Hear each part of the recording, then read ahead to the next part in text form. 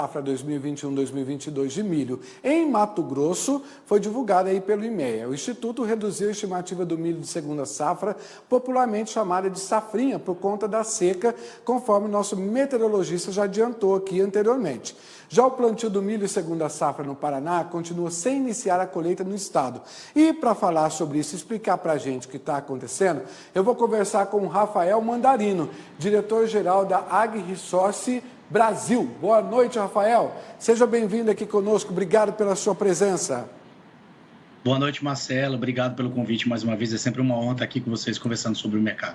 A gente que agradece. Você viu que o nosso meteorologista já deu uma antecipada falando que essa questão das altas temperaturas aí da estiagem já atrapalhou bastante aí o milho segundo safrinha no Mato Grosso, também aí no Paraná. Já deu uma adiantada, né? Diante desse cenário, o que nós temos aí que você pode falar para a gente do que afetou até o momento os produtores? Com certeza concordo com o que foi dito, né? Principalmente na perspectiva de que já tem áreas de 20, 25, quiçá até 30 dias já sem chuva, né? E isso, obviamente, na camada superficial do solo e também na raiz já começou a impactar, trazendo aí para algumas áreas um milho que começou a pendoar bastante enfesado, né, um tamanho menor, né, não conseguiu desenvolver o seu máximo potencial produtivo. Eu acho que também vem a calhar com a chamada da matéria, justamente na perspectiva do IMEA ter reduzido a produção, mas também trazer áreas menores, tanto o Mato Grosso como o Mato Grosso do Sul. Então, a gente tem pelo centro-oeste brasileiro, aquela mancha, né, que a gente acabou de ver no mapa que vocês trouxeram, justamente, né, uma área que está bastante impactada. Quando você pega e roda áreas do Goiás, a gente tem milho bom, milho mediano e milho que nem pendoado estava semana passada, começou a pendoar em 50, 60 centímetros.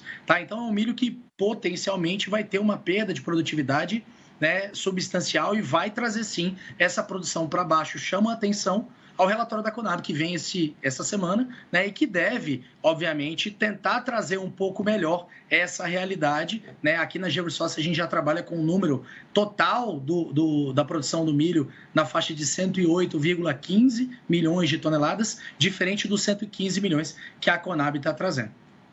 São números importantes que você falou, porque o relatório aponta o seguinte, ó, essa produtividade média do estado, lá no Mato Grosso, ficou em 103,80 sacas por hectare, que foi uma queda de 3,26 ante ao último levantamento que vocês conseguiram trazer esses números para a gente, né? O que a gente pode falar desses de uma certa forma? Assim, a perda não foi tanta, mas ela não deixa de ser expressiva, né, Rafael? Ela é expressiva e como a gente está vendo com o clima, né, diferente de uma soja, a soja ela é mais rústica. Qualquer chuva que venha agora para frente, se fosse soja, poderia trazer uma reversão do quadro de uma forma que poderia realmente, né, a gente voltar a ter números expressivos. É diferente para o milho. O milho não tem essa capacidade de recuperação como a soja tem, né? Então, de fato, esses números da Conab e os números que as agências estaduais estão trazendo, eles precisam ser revistos. E, óbvio, a gente não pode se dar o luxo de perder mais nada diante de todo o aperto que a gente tem, né, com a ausência de Ucrânia, todo o conflito, né, todo o atraso do plantio das lavouras americanas. E por aqui, obviamente, isso já está se desenhando. A AgResource já trabalha com esses números desde o início do ano, prevendo de que a gente teria realmente esses problemas, né? Então, é óbvio que a gente não imaginava que fosse atacar Mato Grosso, Goiás, Mato Grosso do Sul, pegando porções de Minas, né? Mas está bem espalhado, está impactando semana a semana e esses números podem ainda sofrer revisões, obviamente, com todo um frio que está chegando no sul do Brasil, né, com potenciais geadas que vocês mesmos mostraram,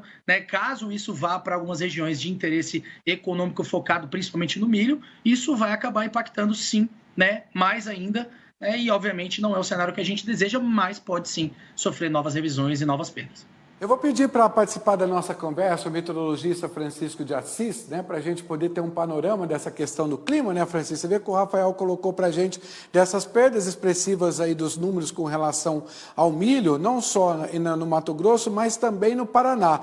E o Francisco também já havia colocado para a gente que no Paraná a situação também lá não foi nada boa. A gente teve estiagem por lá, teve também bastantes problemas. Francisco, como é que fica essa questão voltada das chuvas, de uma certa certa forma, a gente consegue ter aí, pelo que você colocou lá no mapa, melhoras nessa situação para a gente não ter tantas perdas como os números que foram colocados aqui?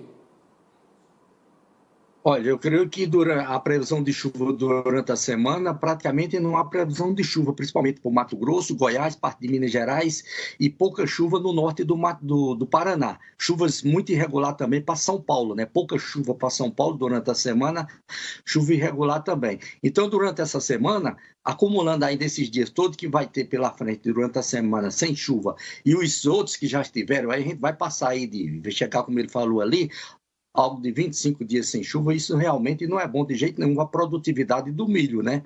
Realmente pode cair aí a produtividade de maneira até significativa. E segundo ponto, a gente já tem uma previsão aí na outra semana, na próxima semana, de um frio forte que deve estar chegando no Brasil, no sul do Brasil, na região sudeste e centro-oeste, e que deve pegar a parte sul do Mato Grosso do Sul e também o Paraná com risco de geada. Então a gente já está alertando também sobre essa situação da próxima semana. Volto a você aí.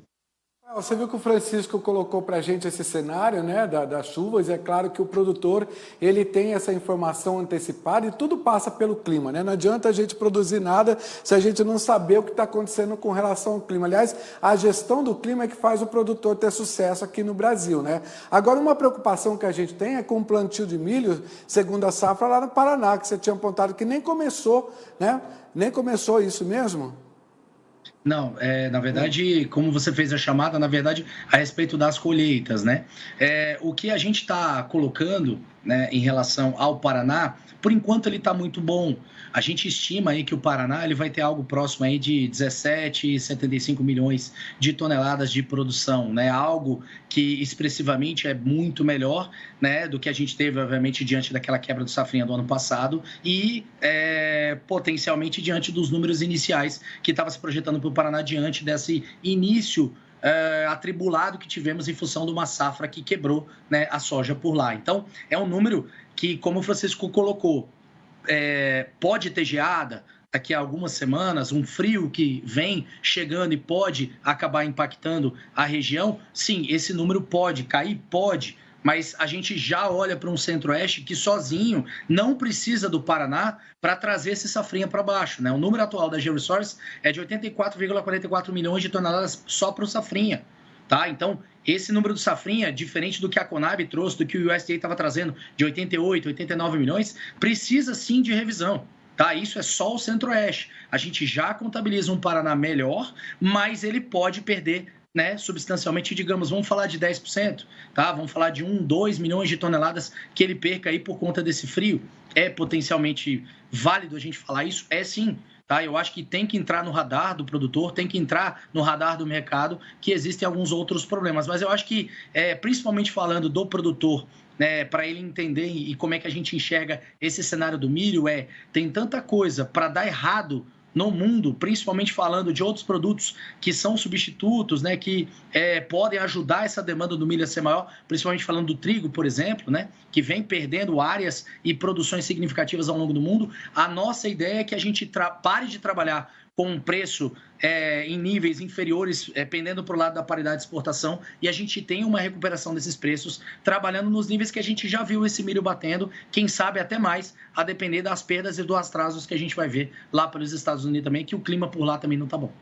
Muito bem, Rafael, excelente análise, vamos continuar acompanhando, né? Porque a gente sabe que o mercado ele vai mudando de acordo com o clima aí, a gente pode esperar, tomara que essas chuvas venham para ajudar, inclusive, aí, como o Francisco colocou, né? A colheita ali no Paraná ainda um pouco atrasada, nem começou ainda, mas a gente vai saber como é que fica para os próximos dias. Já convido você para participar novamente aí do programa para a gente dar um acompanhamento aqui para os nossos assinantes, saber como é que vai ficar, né? Obrigado pela sua participação e pela excelente análise.